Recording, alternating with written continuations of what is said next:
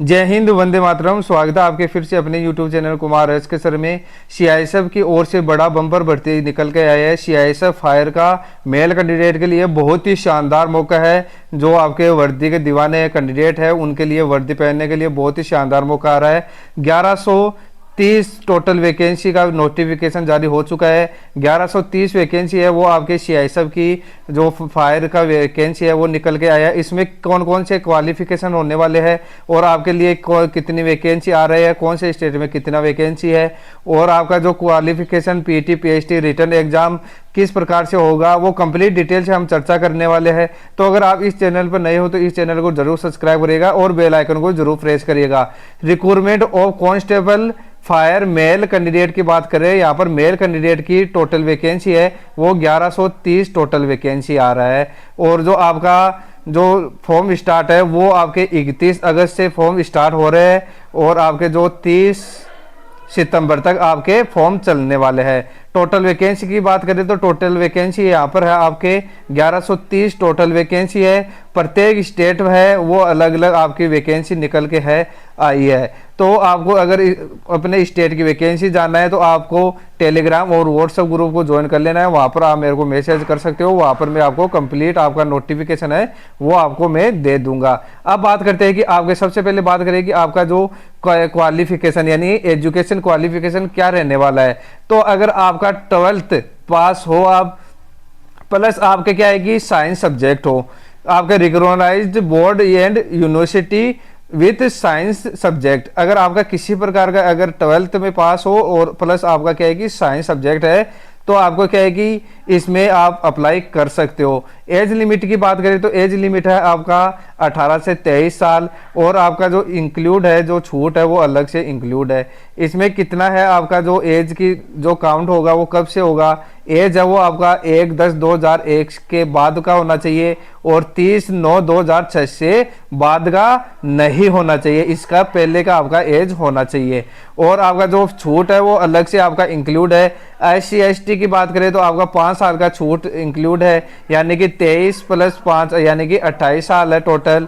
और आपका OBC की बात करें तो OBC की है आपकी 3 साल की छूट है और एक्स सर्विसमैन की बात करें तो 3 साल का छूट है। इस प्रकार से आपका क्या है कि अलग से आपका जो छूट है वो अलग से इंक्लूड है और अपनी छूट के अनुसार आपको क्या है कि अपना फॉर्म देखना है। और बात करते हैं कि आपका किस प्रकार से आपका जो प्रोसेस है वो होगा। सबसे पहले होगा आपका PT PhD, फिर होगा आपका डॉक्यूमेंट वेरिफिकेशन DV, फिर होगा आपका रिटर्न एग्जाम। रिटर्न एग्जाम है वो आपका OMR सीट पर भी हो सकता है या CBT बेस भी हो सकता है, वो आपका जो एग्जाम बोर्ड है वो उस पर डिपेंड करेगा।